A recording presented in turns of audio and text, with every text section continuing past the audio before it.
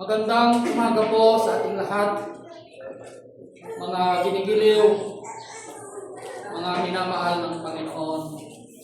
May pag-asa po sa Panginoon, mga ginigiliw. No? Ang ibabahagi ko po sa inyo sa umaga ito ay bigyan po natin ng pamagat na The Gospel of Unbelief. Ang ebanghelyo ng kawalan ng pananampalataya at paniniwala. The Gospel of Unbelief. So, sa kwento na ito, the chronicle of the story, mga ginigiliw, may dalawang characteristics, no, ng character na pag-uusapan po natin sa umagang ito, mga ginigiliw, no. Ito yung kawalan ng paniniwala at pananampalataya ng mga pinagkatiwalaan ng Diyos ng kanyang kasulatan, mga ginigiliw, at isang bulag na hindi nag-aral at hindi niya alam ang katotohanan, mga ginigiliw, no. Dito sa tagpo na ito, mga ginigiliw, no, ang ating Panginoong Jesucristo ay pumunta po sa isang lugar ng Kana. Ito yung lugar na kung saan, no, ito yung lugar na unang himala na kanyang ginawa. Ito yung ginawa niyang alak ang tubig, no? Hindi alak na nakakalasing, ha? Alak na parang galing sa ubas, no?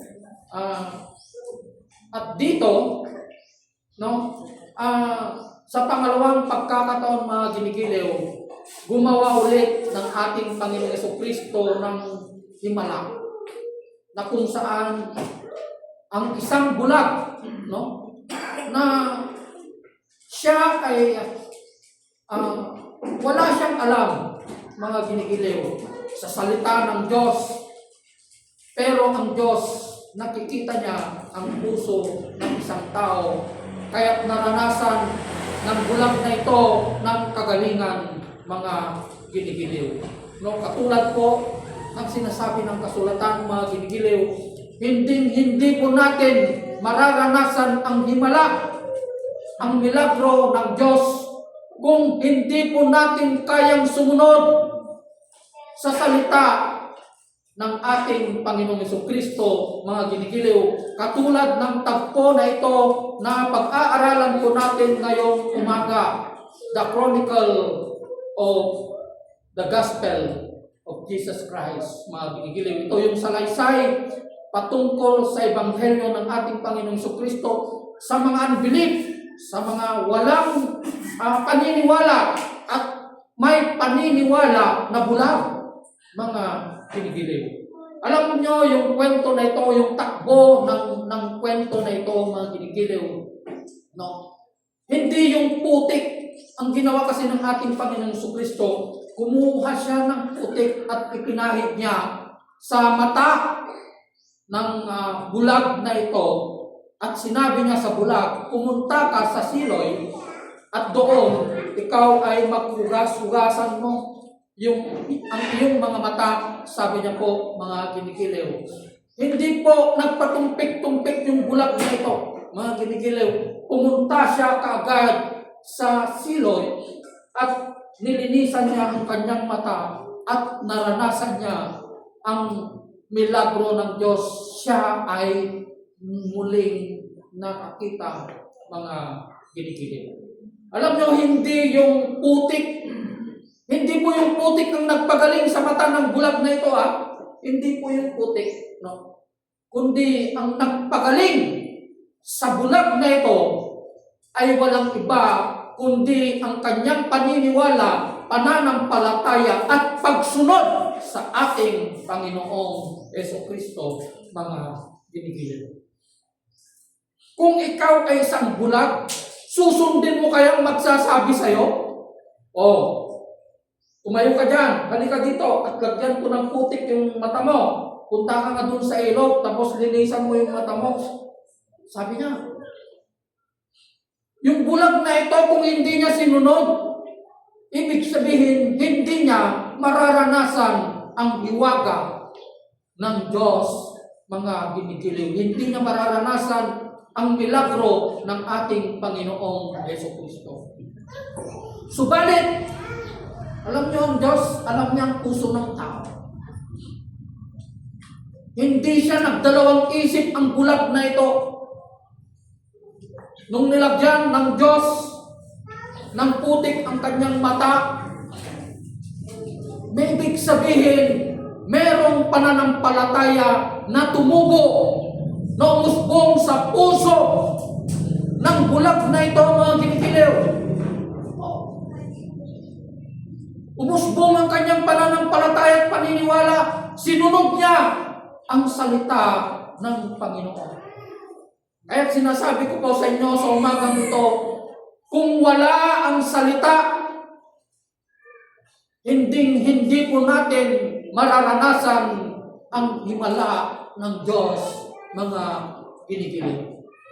Paano tayo susunod sa isang utos kung wala ang salita?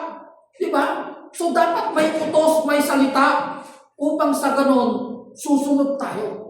Pero in today's context, mga ginigiliw, katulad ng nangyari sa tagpo na ito, marami ang ayaw sumunod at kumilala, sumampalataya sa salita, sa kautusan ng ating Panginoong Jesucristo. Kaya hindi po nila nararanasan ang himala at hiwaga ng Diyos dahil ayaw nilang kilalanin ang salita ng Panginoon. Mas pinapaniwalaan nila yung ritual at alituntunin ng kanilang simbahan kaysa sumunod sa utos ng ating Panginoong Jesucristo, mga ginigiliw. Mas pinapaniwalaan nila yung naabot nila na tagumpay sa buhay, yung karunungan nila, mga ginigiliw, kaysa sumunod sa salita ng Panginoon, mga ginigiliw. Katulad ng tagpo na ito. Diba? Yung tagpo na ito, kaya sinabi ko po, binigyan po natin ng pamagat na the gospel of unbelief, ang ebanghelyo ng kawalan ng paniniwala at pananampalataya ng mga taong nag-aral ng pagka-Diyos ng Diyos, mga ginigiliw. Nagkaroon ng kontrobersya sa pagpapagaling ng ating Panginoong Jesucristo sa isang bulag.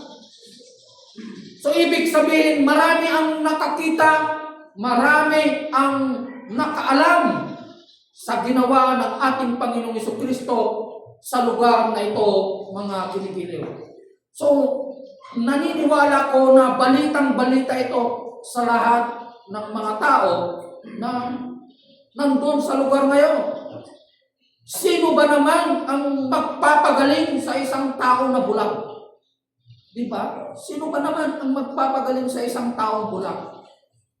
Ang naniniwala ko na ang may kakayanan lamang na magpagaling ng bulag ay ang taong nagmumula sa Diyos, mga ginigiliw. Anong nangyari dito? Alam nyo, yung nag-aral, pinagkatiwalaan ng Diyos ng kanyang utusan, pinaimbestigahan niya ang bulag na ito. Ibig sabihin, tinawag nila ito sa kanilang Sanhedrin. Alam niyo ang Sanhedrin? Ito yung pinaka-supreme court ng bansang Israel. Na kung saan ang mga nakatayo dito, nakaupo dito, ay mga abogado, experts of the law, abogado ng Israel. Mga ginigiliw. Makikita natin dito na wala silang pananampalataya, hindi sila naniniwala sa milagro na ginawa ng ating Panginoong Jesucristo. Katulad ngayon, mga ginigiliw, in today's context, ang daming naglalakad dyan sa kalsada, ayaw nilang kilalanin ang pagka-Diyos ng ating Panginoong Jesucristo, mga ginigiliw. Although ang sinasabi nila may Diyos, pero ang problema sa kanila, hindi nila kinikilala ang pagka-Diyos ng ating Panginoong Jesucristo. Mga ginigiliw. Kaya nga inuulit-ulit ko sa kanila na sinasabi, kung hindi naging tao ang Diyos, hindi po natin mararanasan ang kaligtasan ng mga ginigiliw. Hindi po, kasi kung bumaba siya na Diyos, walang maliligtas kahit isa. Lahat tayo pupunta sa impyerno. Pupunta po tayo lahat sa impyerno. Katulad ng mga tao nito na ayaw kumilala at tumanggap ng salita ng Panginoon, mga ginigiliw. Alam niyo sabi niya sa John 3:18, ang lahat ng hindi sumasampalataya at kumikilala sa ating Panginoon Jesucristo, sila ay nahatulan na. They bring judgment on themselves. Ibig sabihin, hinahatulan na nila ang kanilang sarili na pupunta sa dagat-dagatang apoy o sa impyerno, mga ginigiliw. Napakalinaw dito. Alam mo, kung deeper ang relasyon mo sa Panginoon, babasahin mo ang salita ng Panginoon, ipapakilala niya ang kanyang sarili sa iyo. The purpose of God, kung bakit siya naging tao, mga ginigiliw.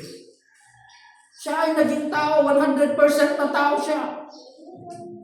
100% na tao at 100% ang kanyang pagka-Diyos, mga ginigiliw. Kung ano ang nararamdaman ng isang tao, ganun din po ang nararamdaman ng ating Panginoon Jesucristo.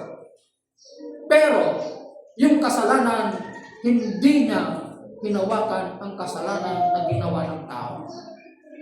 Dahil nasa kanya ang kabanalan ng Diyos. Although ang nararamdaman niya, ang nararamdaman ng isang tao, alam niyo kasi ang tao, ang daming nararamdaman niya, lust of the flesh, lust of kayamanan, lahat, ego, di ba? Appetite of ego. Gusto nila yung naitatas yung pangalan nila.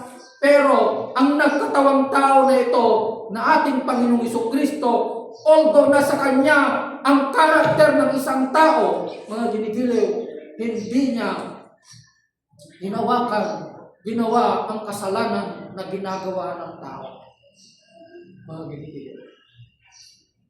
Dahil nasa Kanya ang kabanalan ng Diyos, mga ginigiliw. Kaya paulit-ulit ko po, yun ang tanging dahilan kung bakit nagkatawang-tawa ang Diyos, because of the word, dahil sa kanyang salita. Diba? Siya ang naging alay ng Diyos, siya ang naging tagapamagitan, go-between, para makarating tayo sa Diyos. Dahil marumi tayo. Huwag mong sabihin na ikaw ay matuwid. Wala pong matuwid. Nasa Romans 3:23 yan. Walang matuwid kahit isa. Iisa lang ang matuwid. Walang iba kundi ang ating Panginoon Jesucristo. Balikan natin ang kwento. Ganun pa rin ang mga tao ngayon. Paano mo mararanasan ang himala ng Diyos kung hindi mo papaniwalaan ang kanyang salita? Katulad ng mga relihiyosong tao na ito. Religious people. Pero ang naniwala at sumampalataya ay isang Kristiyano. Iba kasi ang religious at iba ang Kristiyano. Kaya may nagtanong po minsan, pumunta po ako sa school na Angelo noon sa college, isang teacher. Ay, sir, pastor, ay, andito na si pastor religious. Sabi niya, ay, hindi po ako religious, sir. Sabi ko, hindi po ako religious. Eh, sino ka ron, sir? Ay, Christian, sabi ko. I am a son of God, sabi ko. I am a follower of Jesus Christ, sabi ko. I am the son of God, sabi ko sa kanya. Anong pagkakaiba ng religious at saka Christian, sabi nila. So, in-explain ko yung pagkakaiba ng religious at saka Christian. Ang religious kasi, sumusunod ka sa ritual at alituntunin ng simbahan. Gumawa sila ng sarili na lang ritual, alituntunin, na yun ang sinusunod ng tao. Hindi yung salita na lumabas sa bibig ng ating Panginoong Jesucristo. Sabihin ko po sa inyo mga gigiliw, hanggat hindi mo papaniwalaan ang salita ng Panginoon, kung ikaw ay nabubuhay pa rin sa ritual o relihiyon ng simbahan, hindi mo mararanasan ang himala ng Diyos, mga ginigilig. Maraming hindi sumampalataya sa ating Panginoong Jesucristo, even His brothers and sisters, even the mother, kahit yung kanyang ina, si Maria, hindi siya naniwala, although sinabi na ng Diyos, ng Espiritu sa kanya, nung una, before the conception of Jesus Christ, mga ginigilew, sinabi na niya sa kanya na ipaglilihi mo ang tagapagligtas until such time dumating yung punto na nagkaroon na sila ng pagdududa nung pumunta ang pamilya ng ating Panginoong Jesucristo sa isang tagpo na kung saan ang ating Panginoong Jesucristo ay nangangaral.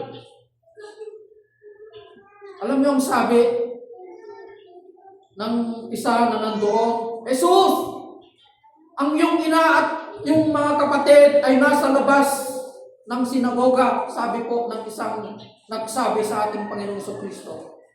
Ang tugon ng ating Panginoong Jesucristo, ang aking ina at kapatid ay yung mga sumusunod sa kalooban ng aking Ama. Sabi mo. Hindi niya sinabi na si Maria at yung kanyang mga step-brothers na anong tawag doon? Yung mga kapatid niya, half-brothers and sisters ng ating Panginoong Jesucristo. Hindi silang sinabi niya na kapatid niya at ina niya, kundi yung mga sumusunod lamang sa kalooban ng kanyang Ama. But later on, no? Nung namatay ang ating Panginoong Jesucristo, yun, sa totoo lang yun ang naging question ko po noon. Nung nag-devotion po ako sa Panginoon, nabasa ko po ito. Kung talagang ikaw ang Kristo, sabi pa ng kapatid niya, ipangalandakan mo na, ipakita mo sa buong mundo na ikaw ay Diyos, na ikaw ang Kristo ng Diyos, sabi nila ng kanyang mga kapatid. Sa inyo pwede, pero sa akin hindi pwede. Hindi maaari, sabi ng ating Panginoong Jesucristo. Yung ay pagpapakita ng kawalan ng pananampalataya at pagtitiwala sa ating Panginoong Jesucristo. Even the half-brothers and sisters and the mother of Jesus Christ, hindi sila sumampalataya sa Kanya. And even the teachers of the law, paulit-ulit na sinabi ng ating Panginoong Jesucristo sa kanila, I am telling you the truth, sabi niya. So that the truth will set you free, sabi niya, wala pa rin. Alam niyo, pag inuulit-ulit ng ating Panginoong Jesucristo na ngayon, dinidiin niya, ibig sabihin mahalaga yan sa buhay natin. Imagine, no? Ayaw nilang sumunod. Diba? Meron din dito, the nobleman sa John 4, yung binuhay ng ating Panginoong Jesucristo ang kanyang anak na wala ng pag-asa. Diba? Nag-aago buhay ang kanyang anak. Kaya alam mong sinabi ng Panginoong Jesucristo, hanggat hindi kayo nakakakita ng himala, hindi kayo sasampalataya sa akin, sabi niya. Sa isang tao na lumapit sa kanya na isang nobleman, mga ginto. Alam niyo ang sabi ng nobleman ito, tayo na Panginoon.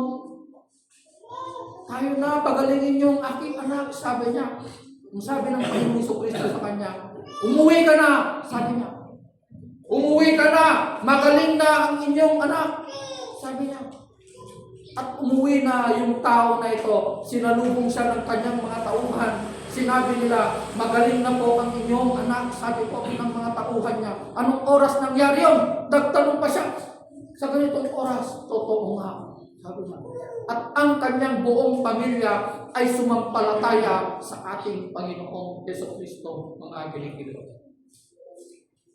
Katulad ng palaging sinasabi ni Pastora sa atin, ano ang susundin natin kung wala ang salita? Ano ang ipapanalangin natin kung wala ang salita sa buhay natin? Ibig sabihin, nag-i-imagine lang tayo ng isang Diyos na yung Diyos na yun, yung kaya natin bulahin. Diba? Yung lumikha lamang tayo ng sarili nating Diyos sa ating kaisipan. Or lumikha lamang tayo ng Diyos na naririnig lamang natin sa isang tao, pero hindi naman yon ang totoong Diyos, mga ginigiliw. Kaya kung meron man tayong paniniwalaan na Diyos, yung Diyos na kinikwento ng Biblia ito, mga ginigiliw. Dahil kung wala ang salita, katulad ng nangyari sa bulag na ito, kung hindi siya sumunod sa salita na binitawan ng ating Panginoong Jesucristo, do you think na naranasan niya yung kagalingan? Hindi yung putik ang nagpagaling sa kanya. Inuulit ko po. Katulad din ng isang babae na dinudugo. Hindi yung garment ni Lord ang nagpagaling sa babaeng ito. Mahawakan ko man lamang ang kanyang damit, and I am healed, sabi ng babae. Ang nagpagaling sa kanya, the faith, yung pananampalataya niya sa ating Panginoong Jesus. Walang silbi ang pananampalataya na hindi nanggaling sa salita. Katulad lamang tayo ng mga relihiyosong tao na ito, mga kinikilig. Diba? Yun ang sinasabi niya sa Romans 10:17. Comes from hearing. And hearing the word of God through Jesus Christ. Sabi niya, mayroon siyang sinabi dun sa ulit, through Jesus Christ, the word of God. Diba? Uray pa yung magparintumang katimamin ribo. Muhawan nga nakalinga, di kararag mo dito sa una po, hanto dunggan na po, Diyos ni Pulos. Yung salita natin na binibigkas natin sa panalangin natin. Dahil ang tinutugon lamang ng Panginoon ng panalangin ay yung mga tumatayo sa salita ng Panginoon. Yung mga sumusunod lamang katulad ng bulag na ito, walang kaalam-alam, inosenteng tao. Pero nakilala niya ang Diyos. Diba? Inosente, walang alam sa mundo, bulag mula nung ipinanganak. Pero nung narinig niya ang salita, nagkaroon siya ng pag-asa. Sinong paniniwalaan natin kung wala ang salita? Agbibinola tayo lang dito Bolbolat lang na kayo, di ba? Kaya may salita. Alam niyo yung kwento ito, napakaganda yung kwentong ito. Tinuturuan mo pa kami, sabi ng mga judges, Supreme Court, katulad ni Tito Soto, questionin niya yung legality ng desisyon ng Korte Suprema. Pinag-aralan nila ng 9 na taon, tapos questionin lang ng isang itbulaga. Hindi ko alam kung bakit siya naging Senate President Kahit grade 4 dahil lang marunong mag-English pinaupo na nilang Senate President. Sa isa na grade 4 yan, nag-i-English na yan Hindi sa pagalingan ng English. Diba? Katulad din dito mga gumigilid. Di ba? Na nangyari na ito. Isang bulag. Pero nakilala niya ang Kristo ng Diyos. Imagine, yung mga nagpapakumbaba lamang ang nakakakilala sa pagka-Diyos ng Diyos. At yung mga sumusunod sa kanyang salita, mga kinikilig. Inuulit ko po. Hindi po natin mararanasan ang himala ng Diyos hanggat wala ang salita, hanggat hindi natin sinusunod ang salita ng Diyos na nandito mismo sa Biblia, mga kinikilig. Urekat pa rin tumang katimamin sa ngaribo. Bagbag kada kayo. Kung wala ang salita na nandito mismo, hindi po natin mararanasan ang himala ng Diyos. Mga kinikilig, hanggat hindi tayo sumusunod sa kagustuhan at kalooban ng Panginoon. Maraming salamat po. I hope you are being inspired and encouraged sa salita ng